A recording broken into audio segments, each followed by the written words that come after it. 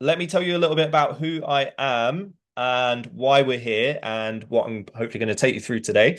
So, for you guys who know me, I'm Gabriel Jones. I'm a personal trainer, I'm a high performance coach.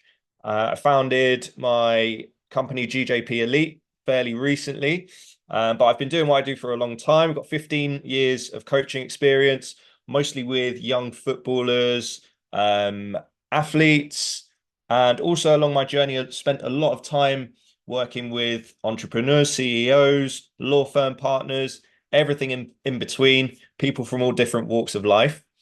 So you're probably wondering where this idea for high performance has come from. It's quite a popular theme nowadays.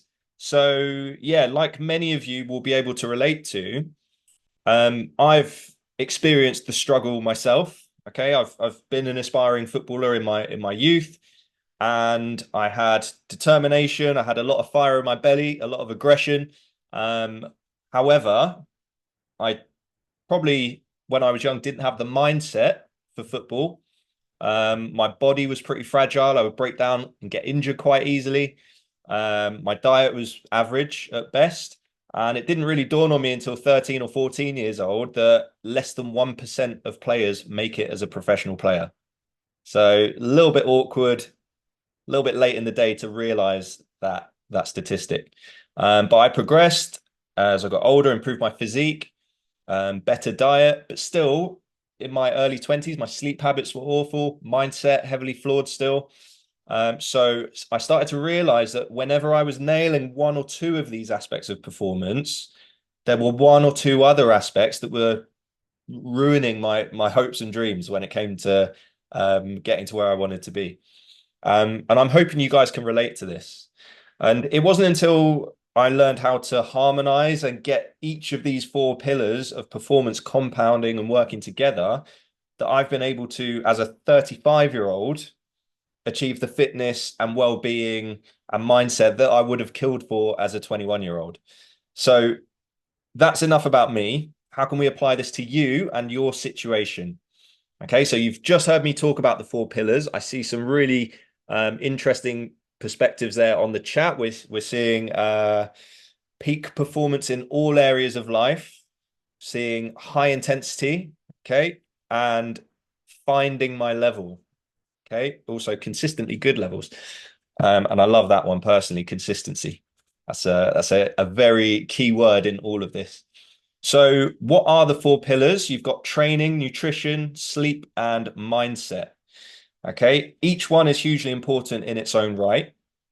But sadly, as I learned along the way, one of them is useless without the other three. So, it's really important that we learn that the whole point of all of this is that people are struggling and not seeing the results that they want because one of those four pillars is lacking in some kind of way. Okay.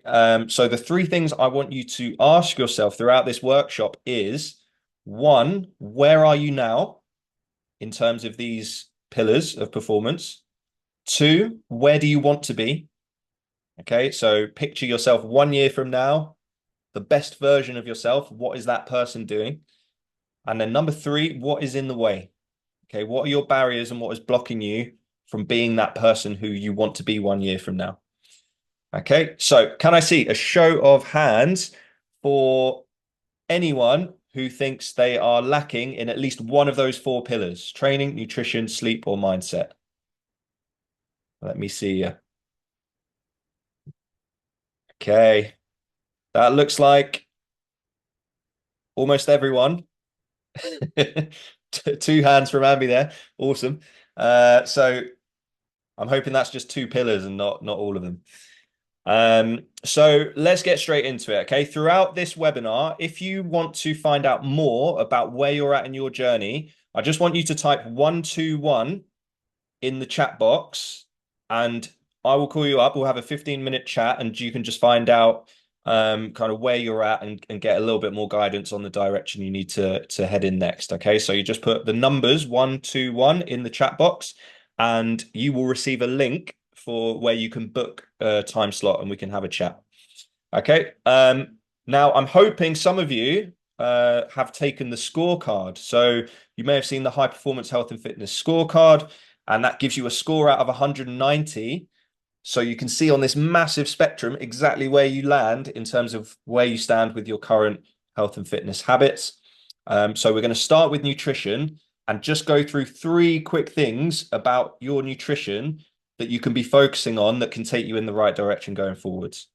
Okay, so first thing we're going to talk about is fiber. The reason we talk about fiber is because it's an absolutely huge, unignorable factor in mortality in terms of how long you're going to live and how and your likelihood of dying in the most brutal terms possible. So an awesome study to look to for this one, Yang 2015. So this study looked at 1 million people. That's absolutely huge, across 17 studies. And what they found was that for every 10-gram increase in dietary fiber that you eat, grams of fiber that you eat per day, your risk of all-cause mortality, so anything killing you, decreased by 10%. Okay, so let's say, to give you some context on that, the daily recommended amount for this country is 30 grams. Okay, so 30 grams of fiber per day. The average person in this country is consuming 20 grams of fiber per day. So the average person in this country is consuming 10 grams less fiber than they should be. And as far as the research is concerned, there is no upward limit on how much fiber you should be consuming. Okay, so trying to increase that fiber intake by 10 grams is going to hopefully decrease your risk of all-cause mortality by 10%. How can you get more fiber into your diet? I think an awesome way to do that is the magic 30 number, okay? You try to get 30 different types of fruit, vegetables, legumes, nuts, whatever you can think of that contains fiber into your diet every week. So if you can get through a whole week, you get to the end of the week and you can count up 30 different types of fibrous food, awesome, okay? So next up, protein. Most people who took the scorecard, interestingly, didn't know how much protein they consume on a daily basis. So, and I should add, the people who did know how much they consumed were below what we would generally like to see in terms of ideal numbers. So what that tells us is many people in this population are not consuming the sufficient amounts of protein to support muscle growth, recovery, support a healthy diet. And yeah, when you know how important muscle is in terms of longevity, lifespan, you then realize the importance of protein in contributing to that. So again, if you want to book in that call, we can tell you more about what those numbers are and what you should be aiming for. Okay, 121 in the chat box. Final thing about nutrition is the hydration. Okay, so the majority of people that I see are dehydrated. They're not consuming enough water on a daily basis. It is specific to the individual as to how much water you should be consuming on a daily basis. So if you're a smaller person, obviously your numbers are going to be lower than somebody bigger. However, there is a bare minimum that we should all be getting through, and that bottom is probably around 2 liters. So if you're under that, even if you're the smallest person, you're probably still under consuming water. So trick for that, we're going to front load water. My tip for you to take away today is that you put a glass of water or a bottle of water by your bedside table, and you're not going to have it at night, but you're going to have it first thing in the morning when you wake up. You're going to roll out of bed, do your stretch, and you're going to get stuck into that water, okay? 500 milliliters as soon as you wake up, okay? And you get a bonus point if you add electrolytes into that water, okay? So you can get these little electrolyte tablets or sachets. They're really cheap, really cost effective. Get them into your water, and that's going to really help you hydrate correctly, replace lost salts, and get your hydration on point. So let's move on to exercise, okay? The 2 biggest mortality predictors. So we just talked about one, which is fiber.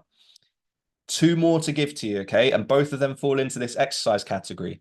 One of them is your maximum strength. and the other one is your VO2 max. Between those two, if your levels are low on those two metrics, then your increase of mortality is, sorry, your risk of mortality increases. So, how are you going to target those things? I'm just going to try and see if I can share my screen with you here. Let's try out my technology skills. Let's go screen share. Promise it's not my first rodeo.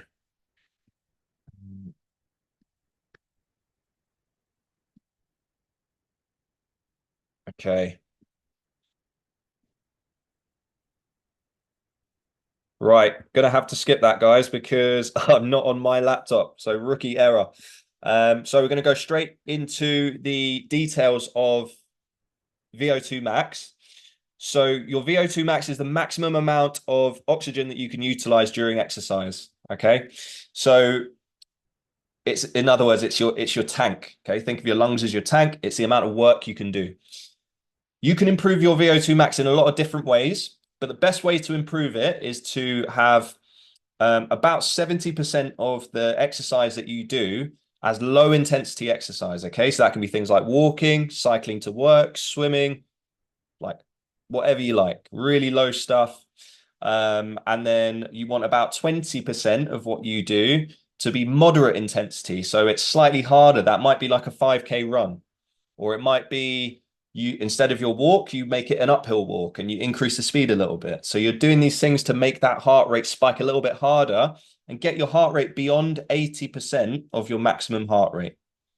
Okay, so remember, if you want the recording, you can look back on these numbers. And then the final 10% of what you want in your typical week, you want to be intense exercise, which is about taking your heart rate beyond 90%. Okay, beyond 90% of your maximum heart rate. Okay, so how are you going to get the intense stuff into your week? I think that's tends to be an area where people struggle. It's quite daunting pushing yourself to a high heart rate. So, but I would caveat that people don't realize just how quick and time efficient high intensity work can be. Here's the number to remember, okay? 4 to 12 repetitions of 10 to 30 seconds of work. Okay, I'll let you do the maths on that. Let's say you do 4 sets of 30 seconds, okay? Or you do 6 sets of 20 seconds. That's not a lot of time, is it? So you factor in a little bit of recovery in between your intense work sets, but that is all you need to significantly increase your VO2 max. I made a recommendation to somebody recently that if they're really struggling to find the time to get intense exercise into their week, we know that this person lives in a block of flats. We said, go down to the bottom of your stairs and then sprint back up those stairs and then go back to work. How long would that take? Maybe a minute, maybe 2, but that's a brilliant way to get some intense work into your day. Okay, maybe you do that twice in a day and you do that 3 times a week. Okay, drip feeding exercise into your week is so important. So let's move on to sleep. Okay, I saw from the scorecards that sleep is a very challenging area for a lot of people. A lot of you are waking up feeling groggy. A lot of you are waking up still feeling tired. Some of you are struggling to stay asleep, waking up in the night, spending hours trying to get back to sleep. So there are loads of ways to address this. It's very difficult to get perfect sleep every single night, but it's very, I'm not going to say easy, but there are a lot of things that you can do to get yourself improving your sleep. Okay, so let's talk about a couple of those things. So consistency of when you go to sleep is extremely important. You want to get your regular bedtime the same every night. So for me, it's 10:30. I want to be asleep by 10:30. So that means normally lights off maybe 10:15, something like that. But that's every night, including weekends. Maybe weekend I might vary by 30 minutes or 60 minutes. Okay.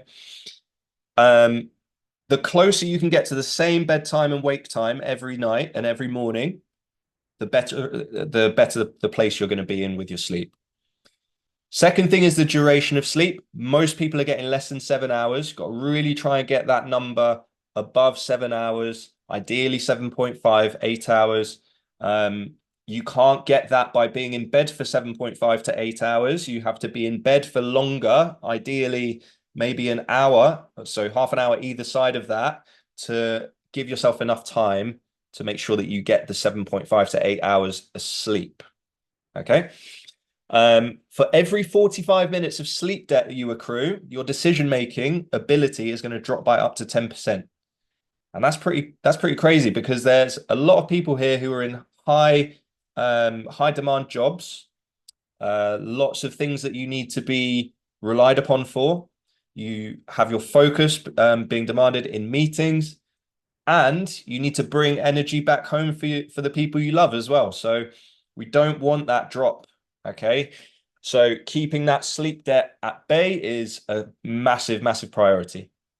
How else can we address it? Okay, you're gonna try your best here to not kick me out the chat, but electronic device detox. So my strategy personally is to take my phone. I deal with my final texts about 9:30 p.m. latest, and then send any final texts, put my phone on charge in the living room, and then that's it. Okay, I try not to touch that phone until ideally 8 a.m. the next day, depending. But if I had it my way, I would be able to leave it a little bit later. But the later you can leave it in the morning to when you reach for that phone, and the earlier you can lock off from that phone at night, the more you can detox yourself from your phone, and get that kind of blue light overdose that is just flooding our nation. So yeah, device detox. Caffeine. I noticed some of you guys are drinking caffeine after like 4 p.m. That's a bit of a potential issue for your sleep. Caffeine has a half-life of 6 hours. Okay, so you consume it at 5 p.m. Half of it's still in your system at 11 p.m. Okay, so if you're trying to get to sleep at 10:30 p.m., that might present a bit of an issue, with not just getting off to sleep, but also the quality of your sleep once you've drifted off. You might find yourself waking up without wanting to. So yeah, that's just a brief touch on sleep, but there is so much we can do for your sleep. So yeah, please do reach out again, 121 in the chat, and we will run through those things. And if you're not sure, if you haven't done the scorecard yet, there's a checklist. There's a quiz for all of those questions on sleep, so you can find out exactly where you're at on that one. Okay, so let's move on to the final pillar, which is mindset. Okay, now I personally believe that without a healthy mindset and good mindset habits, the rest of these other pillars are guaranteed to fall apart. Not just maybe, they will. I've been there. Like this is why I'm here delivering this webinar to you, because my mindset has been horrendous at stages in my life, and improving in this area. I can't tell you how much joy and improvement it's brought me. So think of it like the glue that keeps your game plan together. What does a good mindset strategy look like? Today, we're just going to focus on two tactics, okay? Two things: morning sunlight and breathing. Okay, I know there's loads of different things you can do, but today, these are just the two we're going to focus on. So let me know in the chat box if you are a morning sunlight person, okay? If you're somebody who goes out first thing and gets the light in their eyes. It could be that you're going on a walk. For me personally, it's just going out on the balcony. I must admit I'm better at this in the summer than the winter. But yeah, getting out and just getting that light in your eyes.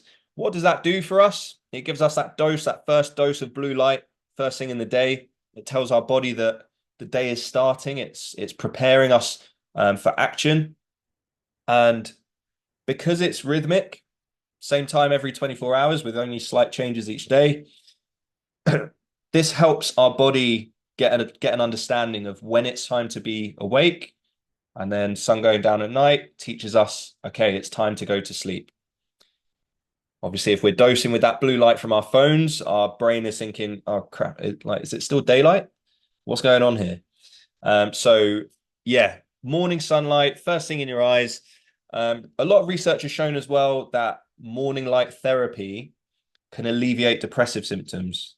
And generally, it improves your mood, it improves your sleep. So this is, I would say, threefold your morning sunlight. It's going to improve your mindset, your mood, and it's going to, sorry, twofold. It's going to improve your mindset and it's going to improve your sleep as well. So second thing, breathing. So there are a lot of different techniques for breathing that you can use. You've got the, if anyone's done yoga before, there's a lot of nasal breathing techniques that you can use.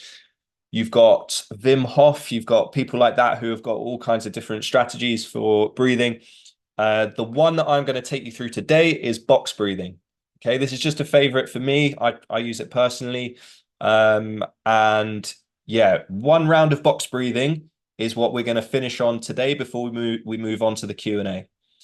Okay, so the way box breathing works, and the reason I love it is because it's so time efficient. It takes, so I do one round, which is 5 inhales, and that takes 1 minute and 20 seconds. Okay, so you inhale for 4 seconds, you hold your breath for 4 seconds, you exhale for 4 seconds, you hold your breath for 4 seconds. You then repeat.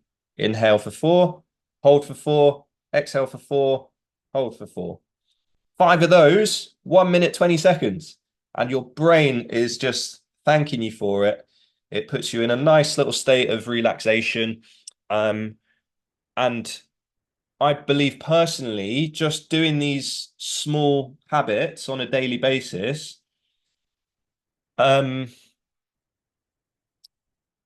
to remember the word for it, but the another word for this is reinforcement. So when you can do these small habits on a daily basis, you are telling yourself, you're reminding yourself that you are somebody who sticks to habits, keeps their word, cares about themselves, and that's why all of these small things, they sound really small, but the compounding effect they have on your mental well-being is really powerful. So let's go through this round of box breathing. I'm not going to do it myself. I'm just going to count for you, and I'm going to rely on you guys going through the breaths for me. Okay, so we're going to go in 3. We're going to inhale in 3, 2, 1. Inhale. 1, 2, 3, 4. Hold your breath. 2, 3, 4. Big exhale. 2, 3, 4. Hold your breath. 2, 3, 4. Inhale. 2, 3, 4. Hold your breath.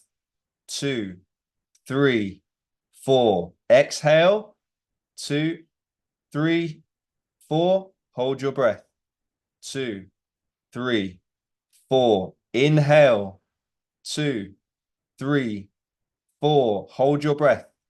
2, 3, 4. Exhale. 2, 3, 4. Hold your breath. 2, 3, 4. Inhale.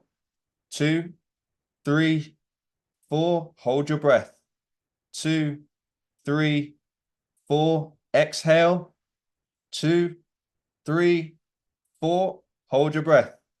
2, 3. We got one more to go. Inhale. 2, 3, 4. Hold your breath. 2, 3, 4. Exhale. 2, 3, 4. And relax there. Nice stuff. Okay. 1 minute 20 that took you. You can do that. You can do something that I like to, I don't call it this. It's just called this habit stacking. Okay. So it might be that you roll out of bed. you take on your water. Okay. You don't have to nail 500 milliliters immediately, but try to get 500 mils of water in you. While you're doing that, just sat on the edge of your bed, you then roll through that breathing. It takes 1 minute of your day. And then you've nailed 2 of your habits. You can then go outside, and you can either do this as a walk, or you can do it just standing outside. Okay. If you do it as a walk, you get bonus points. If you put electrolyte in your water, you get bonus points. Okay. But those 3 things you're going to try to focus on just as takeaways from today. And then I'd love to hear more from you guys personally about what specific things you would like to focus on, what high performance habits you can add to your life to start driving things forward. So last thing I'm going to leave you with is a quote that I really like. Thinking about it isn't doing it. Planning to do it isn't doing it. Adding it to a to-do list isn't doing it. Telling somebody you're going to do it isn't doing it. Making time in your diary to do it isn't doing it. The only thing that is doing it is doing it. Did I say doing it enough times? So, what I mean by that is just action, guys. Effective execution is the way forward. You guys all you know most of the things that I'm talking about, I'm sure. Like, it's not a knowledge problem. You spend 10 minutes on Instagram and you can see everything that you need to know about health and fitness pretty much. So it's not a knowledge problem. I'm not telling you anything new in particular. It's just an execution thing. So with that, I want to thank you so much for your time. And I would like to invite you guys to come to me with any questions that you have. So feel free to unmute yourselves. If we do a hands up thing, just stick your hand up if you have a question. Joff has a question. Yeah, Joff, please unmute yourself there and fire away.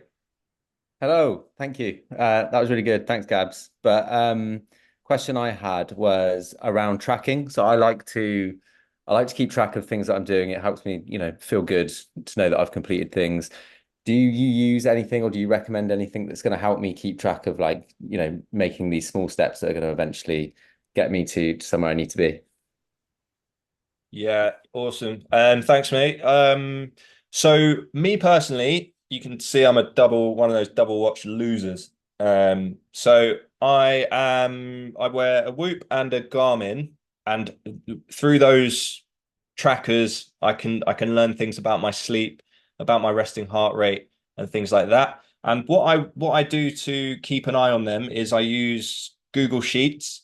That's just personal preference for me because it's in the cloud, so I can update it on my laptop if I'm at home, or my iPad, or my phone.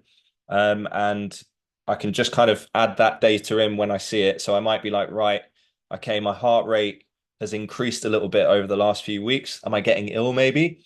But sorry, going back to the point you made about tracking your habits, I think that is one of the most important things that you can do is doesn't have to be a Google Sheet, but marking down which days you are performing the habits and which days you aren't, so that you have an idea, and it's going to give you that motivation to increase the amount of time that you're doing it, and obviously keep those habits up.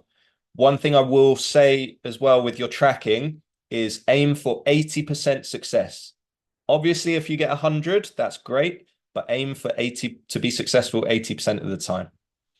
Okay, Rupert, question there. Just take Hey yourself. guys, yeah, cheers. That's really, really good. The issues I have going forward is some of the pillars they're out of my control in terms of sleep. So, like, for example, I have an 18-month-old son that doesn't sleep well. So he wakes up and he wakes us both up, and sometimes you just can't win. But the little things like diet stuff, usually that kind of knocks on a bit on me, but I can get a bit lazy in the day, say, oh, I'll just snack here, I'll snack there. Do you have any tips about, especially about nutrition? Do you have any like special tips that can keep us on the level in terms of, like, say, protein? Because I made a joke about getting Weetabix, but God, my you've terrified me because my fiber intake is terrible. So I feel like I'm close to death already. So if you've got any tips of how to like kind of get through those little wins on that kind of side, that's great. Awesome question, mate. Thank you.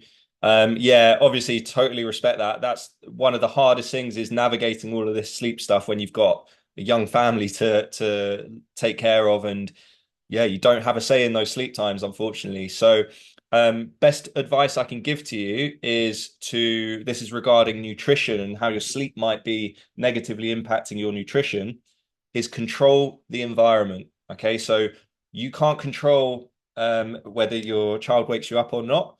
But what you can control is when you're tired, you are going to make it can't be helped. You're just going to make the easiest decision at that moment most of the time. So it's very difficult to be disciplined when you're tired. So when you open your fridge or when you open your cupboard, what are you going to see? Are there crisps in there? Is there chocolate in there? Or is there fruit in there? Is there a bag of nuts? Is there a whey protein shake? Like, have a think yourself about, what are your top 5 favorite healthy foods, and just get them in your cupboard. Make sure they're there all the time. Convenience, so that when that tiredness inevitably hits, at least you know your nutrition isn't going to suffer. That would be the best advice I can give. Josie, and then we'll go one more question if there is one. Go for it, Josie. Thanks for that. That was really good. Talking about, I'm aware that I don't do much running anymore, and I'm aware I don't do much aerobic, sustained like aerobic activity, maintaining that kind of VO2, that intensity, that low level intensity. But as you know, I do quite a lot of high intensity stuff, and I'm mindful about how much I can actually fit in. Would you say that would be enough? Because it's not just one rep max, as you know, it's a lot of reps and sets taking us to that high intensity level of Olympic weightlifting. And would you say that's enough, or would you recommend that I fit in? Oh, and I do cycle, but not really for 20 minutes. Occasionally I do. Okay. But yeah, what's your take? Great question. Thanks, and you do the calisthenics as well. So it's all strength based, but they're high intensity for short periods. Yeah. I mean, fortunately for me, I've seen the type of training that you do and your style of training, which is awesome, by the way, and you're an absolute machine. But if you're talking about that, the things you can do to just contribute to that VO2 max a little bit more, I would recommend to you, because the intensity of what you're doing in the gym is so high, the best way to supplement that would be with really low intensity stuff. So it might be, obviously, I'm not sure how it would work for you timing wise, but seeing where you can fit in a bit more walking into your life. So try and get a workout of where your daily step count is, and just say, right, can I up the step count by 2K? I mean, if you're already doing 10,000 or 12,000 steps a day, then maybe that's not a problem and you need to go there. But if you're only doing, say, 6,000 steps a day or 7,000 steps a day, maybe you could up that to 9, and that's going to give you a little bit of additional low intensity work that might help you along the way. And then, in terms of anything else you can do, it might be something that's really low impact, like getting on a cross trainer or getting on the bike, like you say, just extending that amount of cycling that you do. But yeah, I would say you're one of those people who doesn't need to necessarily go out and start smashing 5Ks, because that might have a negative impact on your lifting. Yeah. Thank you. Thanks. That's great. Thanks. All right. Anyone else? Thank you all for staying on to listen to those questions. I really appreciate that, and I hope you got something from those answers. I don't think we have anyone else with a hand up, so let me finish by just saying thank you for joining us. I'm just taking a note of anyone who wants the recording. If you haven't done the scorecard yet, go ahead, get on that. And yeah, please reach out if you have any questions regarding any of this. And yeah, we will leave it there, guys. I will see you next time.